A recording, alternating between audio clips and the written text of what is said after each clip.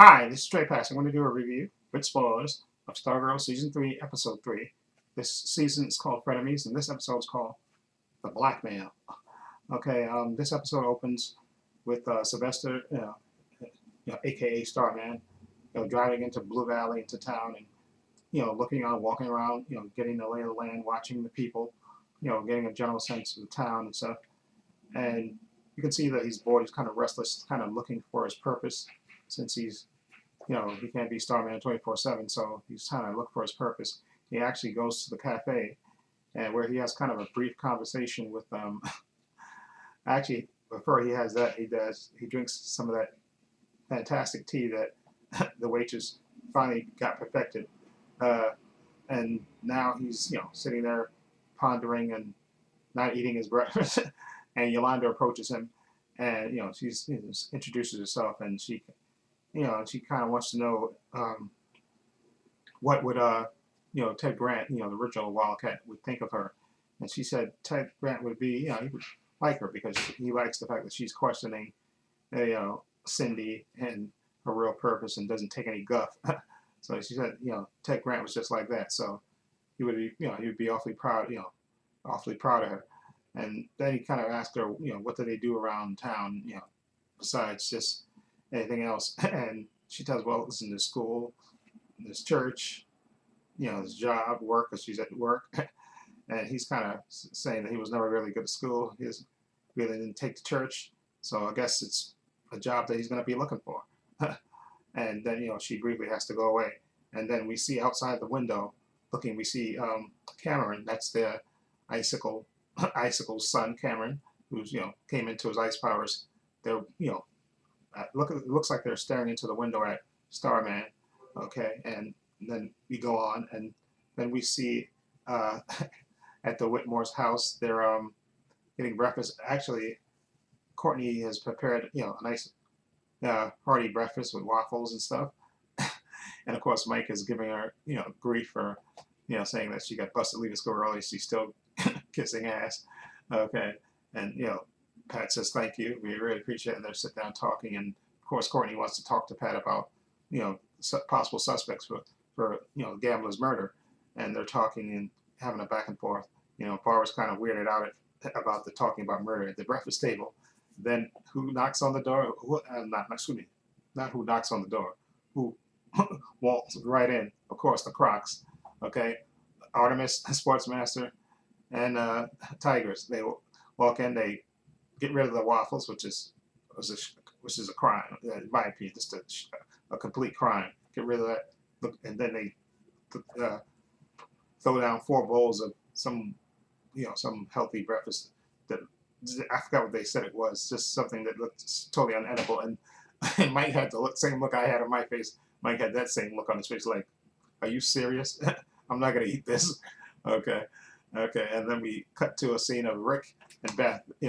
We're assuming Rick is driving Beth to school or something, and we see that Beth is still getting harangued by her parents, who ever since they found out that she's Dr. Midnight, they've been all over her and trying to find out they want to get involved in the case. It's kind of cute, and Beth is kind of annoyed at it, but Rick is saying he said he thinks it's a good thing that your parents are involved with you being Dr. Midnight. He said that's a good thing, especially he would kill to have his parents still be alive, involved in his life.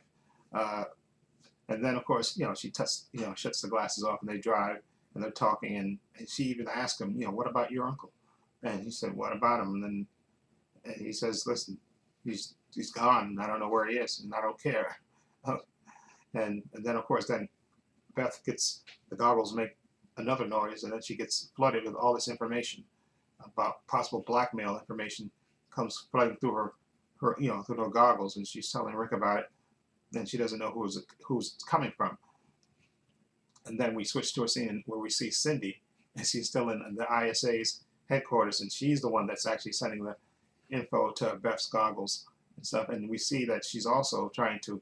There's a hidden layer for her father, the Dragon King, his files, that she's trying to access it, but she keeps getting the wrong password, and you see a little image of the gambler pop up saying, "No, that's wrong. Try again." and which was really funny. And she gets frustrated at that. And then we see a cut to a scene of them at school where you see Courtney walking to school. We see Cindy is waiting on her, and they're talking, and and I like that she calls her, "Hey, new girl," which is funny. Like she didn't not know who she is, but she said it sarcastically, and she's telling her about what's going on, and then of course Cindy doesn't care. She said what she doesn't the gambling. She says the gambler was a he's a gambler. The gambler's gonna and she's telling her bad fathers are bad fathers, and you can see in her case why she thinks that because of her father experimenting on her and stuff. And then we see Courtney is like distracted because Cameron is at his locker, and she kind of waves Cindy off and goes to approach him and says good morning to him, and he just literally just blows her off. You see that look on the hurt look on her face because they were coming close last year, but she had to keep leaving to take care of Stargirl business and stuff, and he was getting frustrated at that. And then of course we see him next time. We see him in class, and the teacher tells him to wait behind, and she said, "Listen, you didn't finish this assignment, and that's not like you. Is there anything wrong? Can I help?" And he said, "I've been distracted and stuff." And she said, "Well, listen, I can talk to you. I can help you." And he just said, "Listen, I told you I was busy. Leave me alone." And then we see Rick standing by the doors, telling him to chill out. Don't be yelling at her. She's trying to, you're basically calling her a spoiled rich kid, having an attitude. He said, "Don't yell at her. You do that again, you're gonna answer to me." Basically, is what he's telling. The teacher's telling, Rick to, to calm down, let it go. And then of course we see Cameron tries to leave, and he purposely bumps into Rick and walks out. And then we see Cameron, walking out, and then we see, Rick's, classic car, and we see him looking around, and Cameron just shoots an icicle thing at and flattens the tire. So we know that he's actually been practicing with his power because he can throw, ice shield, So we know he actually has been practicing with his powers, and he doesn't seem to, be having those headaches like we saw in the last episode. So maybe he's slowly mastering his powers. Okay, and then we see the team sitting around the library, the lunchroom, discussing the blackmail material that's been sent to them, and Beth figures out this is it's an alias, sent for an alias, and then she figured that's Mr. Croc, his alias. The gambler was blackmailing them, and then so they said, "Oh, okay." Well, Cindy says, "Well, obviously it's the Crocs killed them. Okay, let's get them," and you see Courtney, she turns around and you see Artemis in the background joking around with her friends. You see, "Listen, let's not do anything yet. Let's investigate this a little bit more before we try to take away Artemis's parents. Let's investigate this more before we do anything. So everybody, let's not do anything." Okay? And everybody agrees, shakes their head. And then the next thing we see also is Pat Sylvester, and I forgot the guy that fixes the machines and stuff in his garage. Zeke, that's the guy's name, Zeke. They're sitting there basically talking, and Sylvester's still not knowing what his purpose is, and Zeke tells him this crazy story about his family and all this stuff, and Pat is trying to encourage him and say, "Listen, you just keep trying at it. You'll find your purpose, Sylvester. You'll find your purpose. Just keep trying." Okay, so trying to give him like a pep talk, which is really nice. And then next thing we see is Cindy coming to Courtney's house, and she and we see Sylvester in the house. She rings the bell, and he opens the door, and she says, "Listen, is Courtney home?" Knowing perfectly well that she's not home, and he tells us, "No, she's not home yet from school." He said, "Well, oh, okay. I thought we gotta have a meeting here because the Crocs, they were being blackmailed by the gambler." Oh, she said, "Don't worry about it. They don't tell me that. They don't tell me everything as well." And then she tells us, "Listen, why don't we just go and confront the Crocs right now?" And then Starman, or Sylvester, he basically he reams her out. Literally, just tells her, "Listen, I'm not a dumb hayseed. Okay, you can't trick me." He said, "Why would I trust the demon seed of the Dragon King?" And he just said, "Listen, you go play those games with somebody else, but I'm not the one." That's basically what he tells her, and slams the door in her face. I'm paraphrasing, but that's basically what he did. And that was just, I felt so bad for Cindy because obviously she was trying to she's literally trying to prove herself uh, to the team and stuff. And but the way Starman Celeste shut her down was just was brutal. That was I really felt for her. And even though she went behind Courtney's back and told Sylvester when she really wasn't supposed to. Okay, and then we next thing we see is Sylvester getting the staff and saying, "Let's go arrest the Crocs." He's going by himself to confront them, and then we see Mike he's overheard the conversation. Okay, so and then next thing we see is Rick coming to the garage and Pat saying, "What happened, Ricky LA?" He said, "Listen, I had a flat tire," which we obviously saw from before. Cameron, puncturing his tire, and then, well, she said, "Listen, we're gonna go confront." Courtney told him, "Listen, we're gonna go confront the Crocs and see what they have to say about this blackmail material." When she gets a phone call from Mike, and he tells her, and we can assume that he tells her that that Cindy came over there and told him about the Crocs and the blackmail, and Sylvester's going over to confront him. Okay, and next thing we see is we see the Crocs in the supermarket, shopping, and of course Mr. Croc is trying to steal something, and his wife tells him to put it back, and it's funny. Then all of a sudden we see, the supermarket is about to close, but then we see Starman Sylvester standing there and said, "I know you killed the Crocs, okay? Just confess." and they're saying, "What are you talking about? And why are you bringing the staff in public?" And he's not having it. Starman's not having it. Then we get this incredible fight in the supermarket between the Crocs and Starman with the staff and them doing their gymnastics, and it's absolutely a fantastic scene of them. I think it goes on for like 5 minutes or so. It's just a really good, intense fight with them, doing their acrobatics and stuff and battling him and him kicking butt with that staff. He's brutal and a master with that staff. And he basically, everybody's running out of the supermarket and stuff and panicking, and then he actually, blasts them out of the supermarket, and you see them backing up, and they're, they're like kind of trying to retreat, but he's advancing on them, and then all of a sudden we see Pat fly down in the robot and tells Sylvester to stand down. This fight is over. Stand down. It's over. Okay, and then they back down and it's over, and then the next thing we see is they're at the house, and they're talking. The Crocs are confessing, saying, "Listen, he was blackmailing us. The gambler was blackmailing us. For stuff we did in the past and stuff we didn't do, and we were paying him. And then all of a sudden, the blackmail stopped. And then they said, then he came to town, and we thought, okay, he's still gonna be blackmailing us. But then, Mrs. Croc said, listen, then he paid us back all the money that he blackmailed from us. So we didn't know what was going on. And then, Mr. Croc, Sportsmaster, says, I even went to his trailer the day he got killed to confront him, but then, I got too amped up, and then I walked away.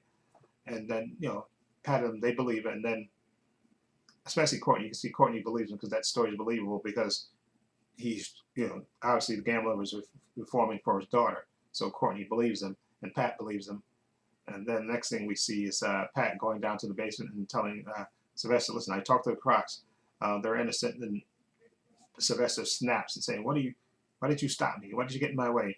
I'm the hero. You're the sidekick. And Pat just says, listen, I'm not the sidekick, okay? And you were wrong, okay, for attacking them like that, okay, without getting all the evidence and waiting, okay, and doing this in public. And then he tells him the story about Courtney's father and how we have to do this for Courtney, take this slow and easy for Courtney. And he explains the story about how Courtney thought that he was originally her father because the staff was responding to her, and then how her real father came to town and how he was a piece of crap, and Pat had to knock him on his behind and stuff. But he's telling, listen, we got to be the adults because Courtney worships you, Sylvester, and, we have to look out and be an adult for her, to protect her and the other kids. You have to set an example. And then you can see that Sylvester gets it, okay, and he's kind of chastened from that. And then also, I forgot to mention as well, there was a moment earlier in the episode where the Tigress came to Barbara's office to tell her, that I have to make a speech in front of the Chamber of Commerce or whatever that is in that town. She's nervous about doing it and stuff, and Barbara's, trying to give her stuff to talk about and stuff. And even in the middle of that talk, her new boss comes in and tells her proposal got shot down and stuff. And Tigress is looking at him like she doesn't like him.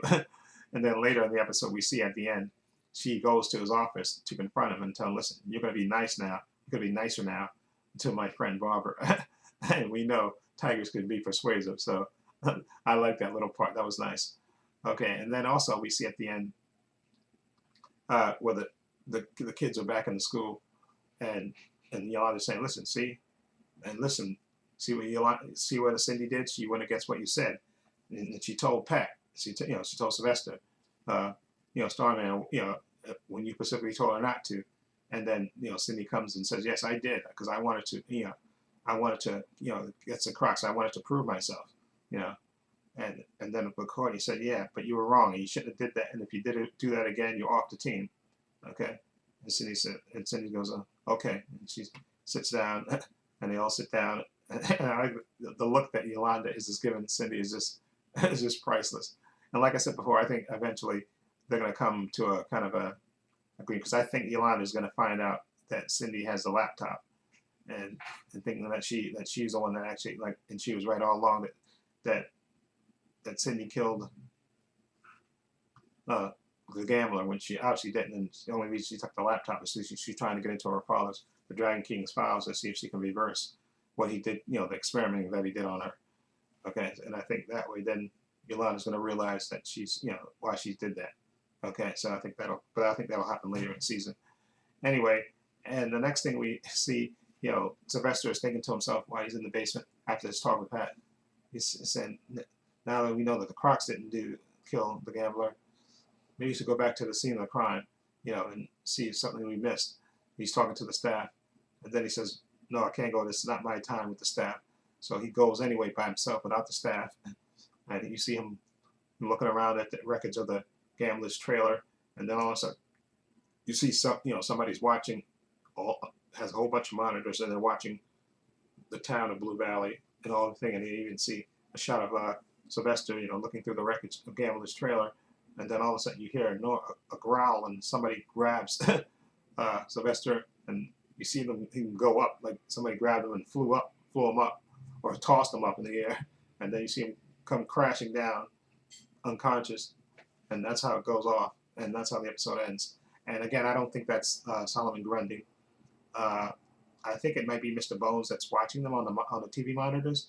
Maybe he has a henchman that he sends to town to make sure nobody, and maybe that henchman kill the gambler. And also, I don't think Pat Sylvester's dead. I think he's just hurt, because you see him bleeding. So I don't think he's hurt. I don't think he's dead. I think he's just hurt. Okay, so that's, again, another good episode. Really good. You got to see a lot of interaction with the whole cast, and we also got to see a great fight between Sportsmaster Tigers and Starman, which was a really good fight in the supermarket. Like I said, once a season they always have a really good fight. Like the first season they had that fight at the end, and then the second season they had that fight in the school, which was awesome. Okay, so I'm expecting another fight sometime during the season, maybe through the halfway point. And I also want Artemis to kind of officially join the team. She's not. I know she wants to join the team, but she's not on the team officially yet. So I think maybe when they confront Mr. Bones or something, maybe he'll have a team of villains, and you can see them have a nice fight against them. I think that would be cool, and Artemis will be part of them. So it would be Artemis, Cindy, Hourman, Dr. Midnight, Wildcat, and Stargirl. So 6 of them. So maybe that'll happen. Hopefully, we'll get a nice, cool fight sequence again. But the fight we got in the supermarket was freaking awesome. That was an awesome fight. Anyway, again, I love this show. The writing is great, on point, acting really good, and it looks like they're building up the Cameron and Courtney relationship, because I forgot to mention also there was a part in the episode where he comes back towards the end and apologizes to her for the way he's been acting, and they actually walk home, and it looks like they want to hold hands, and then he kind of pulls back at the last minute, and then he says, I can't quite tell you what's bothering me, and then he walks off. But I think in the next episode he's going to break down from the preview that I saw. It looks like he's just going to talk to her and explain what's going on exactly, or at least show her his powers and stuff. So I'm looking forward to that. Okay? Anyway, let me know what you think. If you've seen this episode, what do you think of it? Feel free to leave comments down below. I have links to my social media in the description box, Facebook, Twitter, Instagram. I also have a link to my other channel, Love Using Opinions. You check that out as well. Also have a link down below to my Patreon. Okay, and I want to say a special thank you to my patron. Okay, my patron's only $5 a month. I have tons of content on there, tons of unedited content on my patron. I have Stargirl. Well, in fact, I'm going to be putting Stargirl probably maybe tomorrow on my patron. I have to take down season 2 and put up season 3. And so at that, I have Superman and Lois, uh, Titans, Doom Patrol, WandaVision, Loki, Hawkeye, Moon Knight, What If, The Boys season 3, The Flash season 8. Okay, all 4 parts of Zack Snyder's Justice League. So tons of content on that, unedited. And you can see my unedited reaction on the Patreon, only $5 a month. Okay, and like I said thank you to my patron. His name is Evan Shuri, and maybe I'll put his name over the video or something, or in the description box, and say thank you to him for supporting me. Always have my back. Again, my patrons only $5 a month. Please also give this video a thumbs up. It helps the channel, and I truly appreciate it. Also, hit the subscribe button, hit the notification bell, so you know when I upload new content to this channel. And this is Trey Pastor saying so long, and take care.